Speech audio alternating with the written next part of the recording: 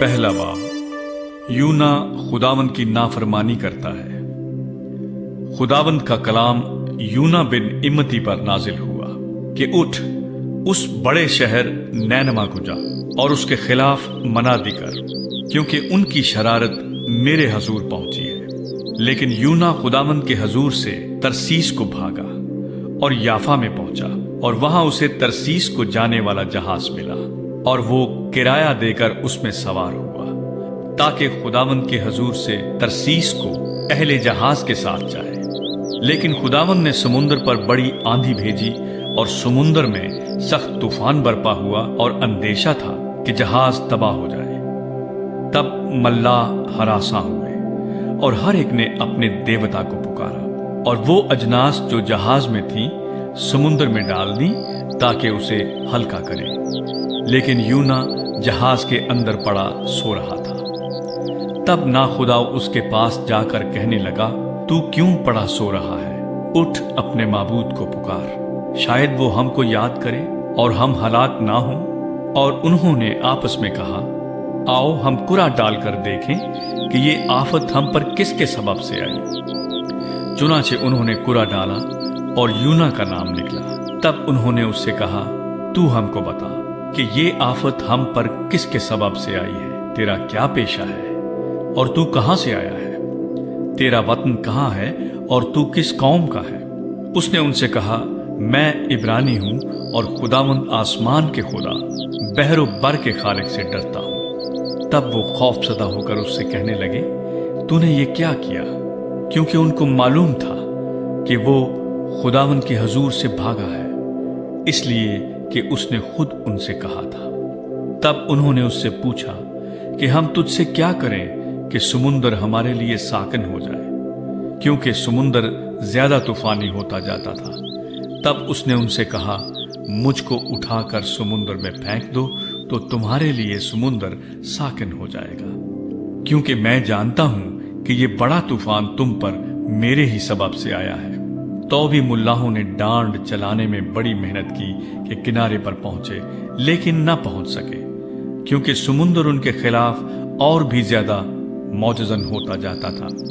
तब उन्होंने खुदावंद के हजूर गिड़गिड़ा कर कहा, ऐ खुदावंद, हम तेरी मिन्नत करते हैं कि हम इस आदमी की जान के सबब से हलाक ना हों, और तू खून नाहक को हमारी गर्दन पर न डाले, क्योंकि ऐ खुदावंद, तूने जो चाहा सो किया। और उन्होंने यूना को उठाकर समुंदर में फेंक दिया, और समुंदर का तलातुम मौकूफ हो गया। तब वो खुदावंद से बहुत डर गए, और उन्होंने उसके हुजूर कुर्बानी गुजरानी और नजरें मानी। लेकिन खुदावंद ने एक बड़ी मछली मुकर्रर कर रखी थी कि यूना को निगल जाए, और यूना 3 दिन रात मछली के पेट में रहा। दूसरा बाब। यूना की दुआ। तब यूना ने मछली के पेट में खुदावंद अपने खुदा से ये दुआ की। मैंने अपनी मुसीबत में खुदावंद से दुआ की और उसने मेरी सुनी। मैंने पाताल की तह से दुहाई दी, तूने मेरी फरियाद सुनी। तूने मुझे गहरे समुंदर की तह में फेंक दिया और सैलाब ने मुझे घेर लिया। तेरी सब मौजें और लहरें मुझ पर से गुजर गईं, और मैं समझा कि तेरे हजूर से दूर हो गया हूं। लेकिन मैं फिर तेरी मुकद्दस हैकल को देखूंगा। सैलाब ने मेरी जान का मुहासरा किया। समुंदर मेरी चारों तरफ था। बहरी नबात मेरे सर पर लिपट गई। मैं पहाड़ों की तह तक गर्क हो गया। जमीन के आड़बंगे हमेशा के लिए मुझ पर बंद हो गए। तो भी ऐ खुदावंद मेरे खुदा, तूने मेरी जान पाताल से बचाई। जब मेरा दिल बेताब हुआ तो मैंने खुदावंद को याद किया, और मेरी दुआ तेरी मुकद्दस हैकल में तेरे हजूर पहुंची। जो लोग झूठे माबूदों को मानते हैं वो शफकत से महरूम हो जाते हैं। मैं हम्द करता हुआ तेरे हजूर कुर्बानी गुजरानूंगा। मैं अपनी नजरें अदा करूंगा। नजात खुदावंद की तरफ से है। और खुदावंद ने मछली को हुक्म दिया और उसने यूना को खुशकी पर उगल दिया। तीसरा बाब। यूना खुदावंद का हुक्म मानता है और खुदावंद का कलाम दूसरी बार यूना पर नाजिल हुआ कि उठ, उस बड़े शहर नैनवा को जा और वहां उस बात की मनादी कर जिसका मैं तुझे हुक्म देता हूं। तब यूना खुदावंद के कलाम के मुताबिक उठकर नैनवा को गया, और नैनवा बहुत बड़ा शहर था। उसकी मुसाफत 3 दिन की राह थी, और यूना शहर में दाखिल हुआ और 1 दिन की राह चला। उसने मनादी की और कहा, 40 रोज के बाद नैनवा बर्बाद किया जाएगा। तब नैनवा के बाशिंदों ने खुदा पर ईमान लाकर रोजे की मनादी की, और अदना व आला सब ने टाट ओढ़ा। और ये खबर नैनवा के बादशाह को पहुंची, और वो अपने तख्त पर से उठा और बादशाही लिबास को उतार डाला और टाट ओढ़कर राख पर बैठ गया।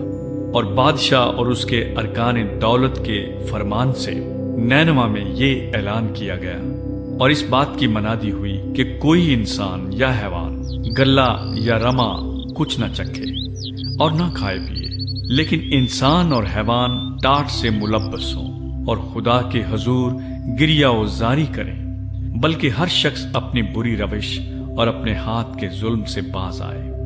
शायद खुदा रहम करे और अपना इरादा बदले और अपने कहरे शदीद से बाज आए और हम हलाक न हों। जब खुदा ने उनकी ये हालत देखी कि वो अपनी अपनी बुरी रविश से बाज आए, तो वो उस अजाब से जो उसने उन पर नाजिल करने को कहा। चौथा बाब। यूना की नाराजगी और खुदा का रहम। लेकिन यूना इससे निहायत नाखुश और नाराज हुआ, और उसने खुदावंद से यूं दुआ की कि ऐ खुदावंद, जब मैं अपने वतन ही में था और तरसीस को भागने वाला था, तो क्या मैंने यही न कहा था? मैं जानता था कि तू रहीम और करीम खुदा है, जो कहर करने में धीमा और शफकत में गनी है और अजाब नाजिल करने से बाज रहता है।